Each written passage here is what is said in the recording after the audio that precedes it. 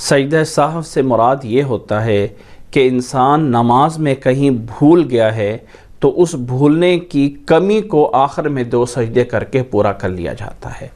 یاد رکھ لیں کہ اگر کوئی انسان پڑھنے میں بھول گیا ہے، کسی قرات کے اندر بھول گیا ہے یا کسی دعا کے پڑھنے میں آگے پیچھے بھول گیا ہے تو اس پہ کوئی سجدہ سہو نہیں ہوتا۔ ہاں اگر سورۃ فاتحہ پڑھنی بھول گیا ہے تو وہ رکعت ہی شمار نہیں ہوتی ہے، کیونکہ سورۃ فاتحہ کے بغیر نماز نہیں ہوتی ہے۔ اس کے علاوہ انسان کسی بھی دعا میں، کسی بھی ذکر میں بھول گیا ہے تو اس سے جو ہے وہ نماز میں ثواب میں کمی بیشی ہو سکتی ہے، لیکن سجدہ سہو لازم نہیں ہوگا۔ سجدہ سہو اللہ کے نبی صلی اللہ علیہ وسلم سے نماز میں کہیں کمی بیشی اس کے ادا کرنے میں ہو رہی ہوتی تو وہاں پہ لازم ہوتا ہے، اور اس کا طریقہ یہ ہے کہ جب نماز پوری کر لی جائے اور آخری تشہد میں بیٹھے ہوں، دروشی پڑھ لیا، دعائیں پڑھ لی، اب صرف سلام باقی رہ گیا ہے تو سلام سے پہلے 2 سجدے کر لیے جائیں اللہ اکبر کہہ کے۔ پہلا سجدہ، پھر اٹھ کے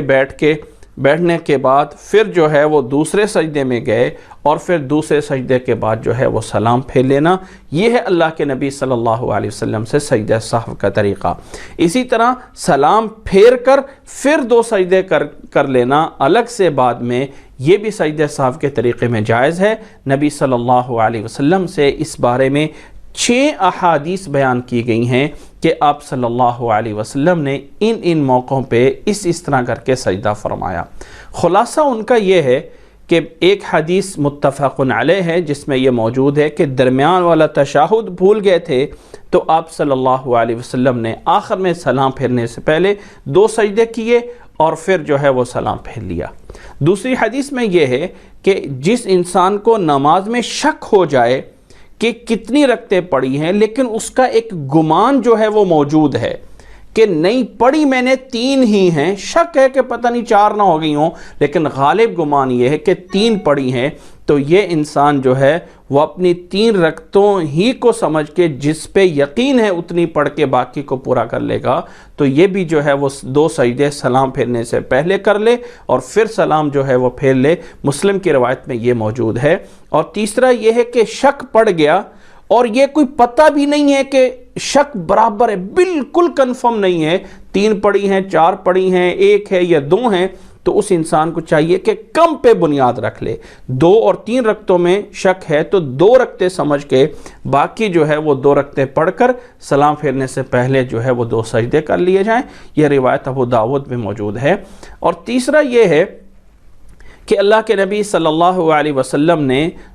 4 رکعتوں والی نماز میں 2 رکعتوں پہ سلام پھیر دیا تھا، بعد میں بتانے پہ آپ صلی اللہ علیہ وسلم نے باقی کی 2 رکعتیں ادا کی اور پھر جو ہے وہ سلام پھیرا، اور سلام پھیرنے کے بعد جو ہے پھر آپ صلی اللہ علیہ وسلم نے 2 سجدے فرمائے تھے۔ یہ روایت متفق علیہ موجود ہے۔ 5ویں یہ ہے کہ آپ صلی اللہ علیہ وسلم نے 4 رکعتوں والی نماز میں 3 رکعتوں پہ سلام پھیر دیا تھا، بتانے پہ آپ نے باقی جو ہے وہ 1 رکعت ادا کی اور سلام پھیر کر پھر 2 سجدے کر لیے اور پھر آخر میں پھر سلام پھیر لیا۔ یہ مسلم کی روایت میں موجود ہے۔ اور 6واں واقعہ یہ ہے کہ آپ صلی اللہ علیہ وسلم نے 4 رکعتوں والی نماز کو 5 رکعتیں پڑھ دیا تھا، پھر آپ کو یاد آ گیا تو آپ صلی اللہ علیہ وسلم نے 2 سجدے کر لیے اور پھر جو ہے وہ سلام پھیر دیا۔ یہ متفق علیہ روایت میں موجود۔ خلاصہ اس مسئلے کا یہ ہے کہ نماز میں جب انسان ادائیگی کے اندر رکعات کی تعداد میں کہیں بھول جاتا ہے، کم پڑھ لیتا ہے، تو اسے باقی پورا کر کے 2 سجدے کرنے ہوتے ہیں، یا وہ زیادہ پڑھ لیتا ہے اور بعد میں یاد آنے پہ صرف 2 سجدے کر لینے ہوتے ہیں، اور یہ 2 سجدے آخر میں درود شریف کے بعد، دعائیں پڑھنے کے بعد، سلام پھیرنے سے پہلے بھی کیے جا سکتے ہیں، اور سلام پھیر کر بعد میں بھی 2 سجدے کیے جا سکتے ہیں۔ اسے سجدہ سہو کہا جاتا ہے۔